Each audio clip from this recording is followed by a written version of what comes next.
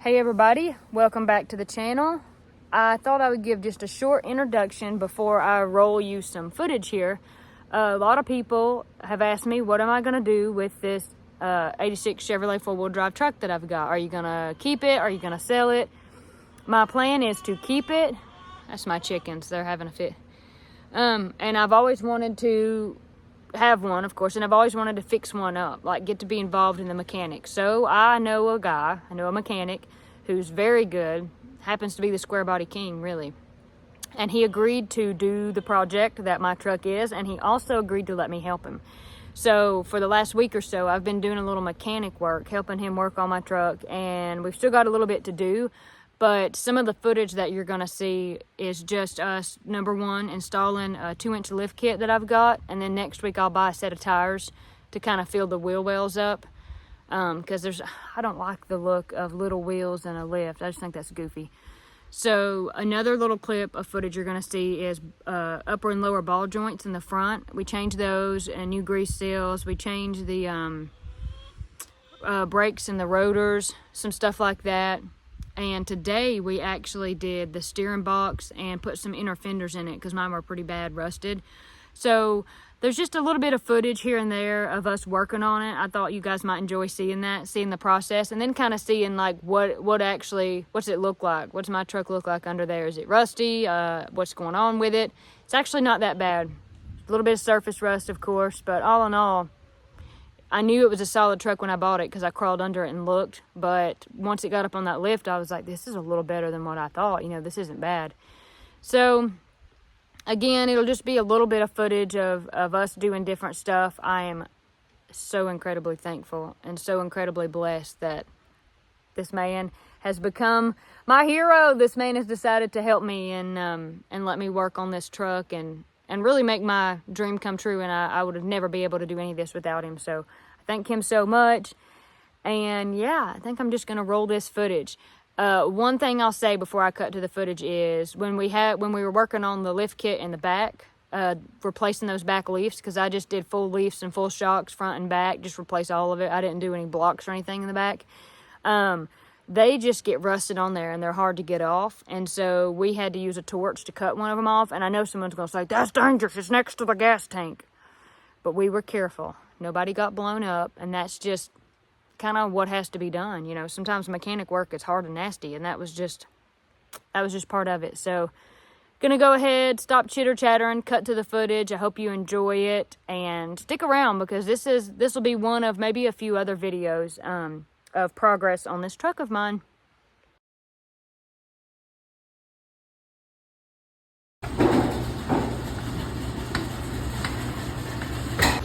What we gotta do now? Hammer?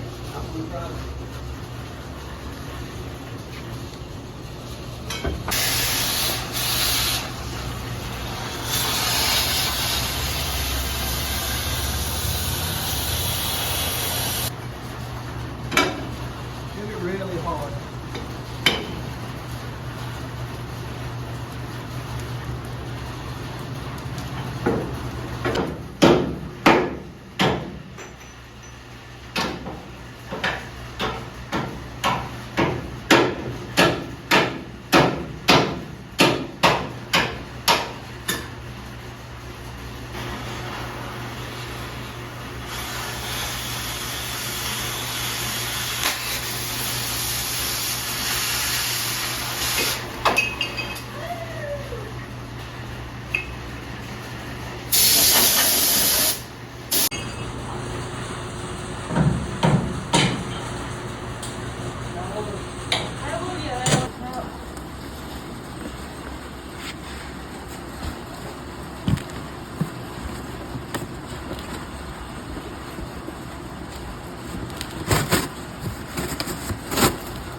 I'm just going to take the rest of the lift kit out of the box here.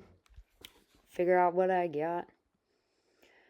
What goes with what. Because there's a front set of shocks, a back set of shocks. So everything really does need to go in a certain place, of course.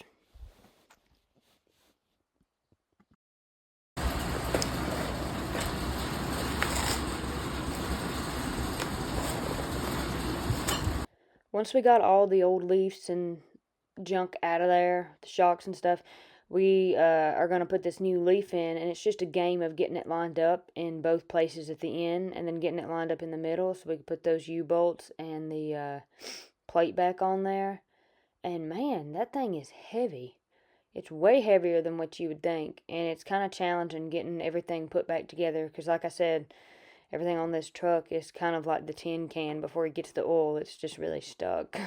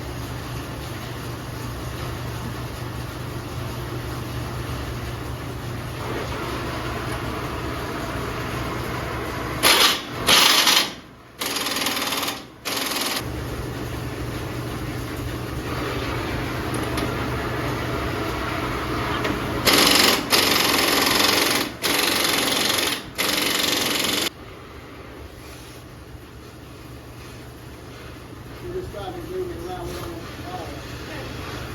don't burn yourself.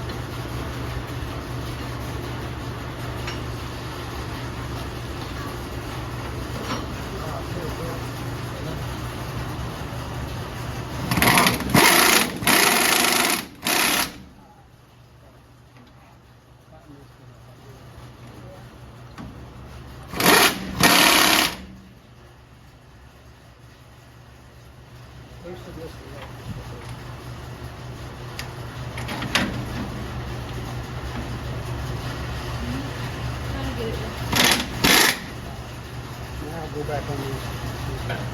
Loosen this one or go back? You'll tighten those things back.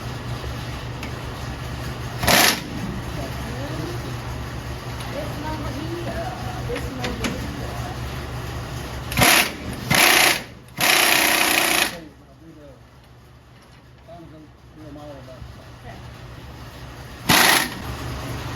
You know, it's just where the shop on over here. You know which shop's front and which is rear? I'm gonna come over here and look. I've got them this top and I don't really know, to be honest. I didn't exactly say much. I know which box which came out of, but they don't really tell me nothing. Like it doesn't say back, rear, anything.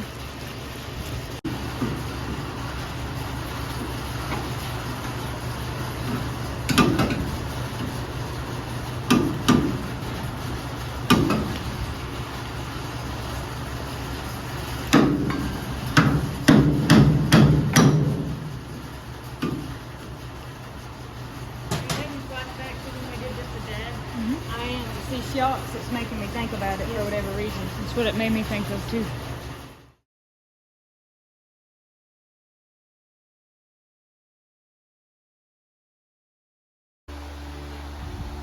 Okay, everything is off now. And this is what we're left with. Isn't that cool? We got the upper and lower ball joints and new grease seals in there, and then we're putting this back on. I don't know if you call that the spindle housing, because the spindle mounts to that, and of course the axle goes through there. I mean, I don't know. But anyway, we got everything back on there, and man, it just looks so good to see those new ball joints and the new grease seals, and we were fitting the grease fittings on there. It's very satisfying.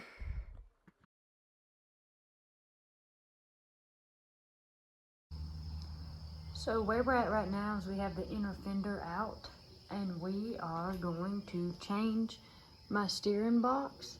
So here's the rest of what I need. New steering box will go right there, but we had to take the pump loose to get the lines out. So that's what we're doing. And I'm actually gonna get some new tie rod ends here. And these are my new tie rod ends right here for this front piece. And my new shock. I think this looks good. I do, so it's coming along. You can see my new rotors. Got new pads in there, of course. But it's gonna come along slowly but surely. We are getting it done. One more thing I forgot to mention, I'm actually gonna replace the inner fenders too, because mine are over here and they're rusted out. You can see that's a whole big thing in my hand.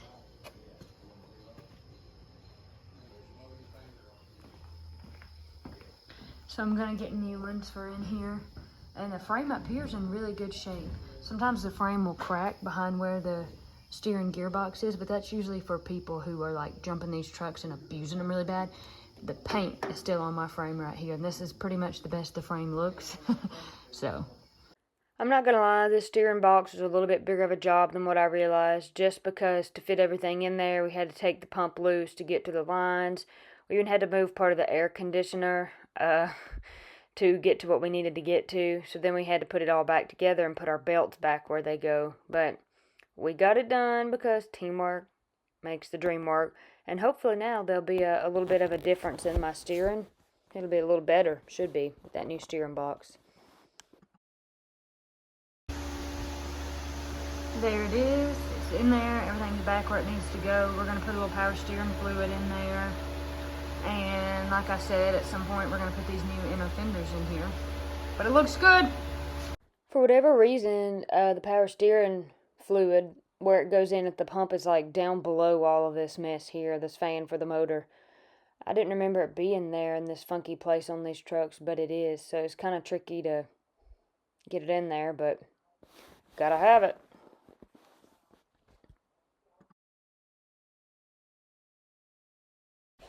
It looks so good with that new inner fender in, and it's also really good to have one that doesn't have any rust or holes in it, because this is what protects your engine compartment.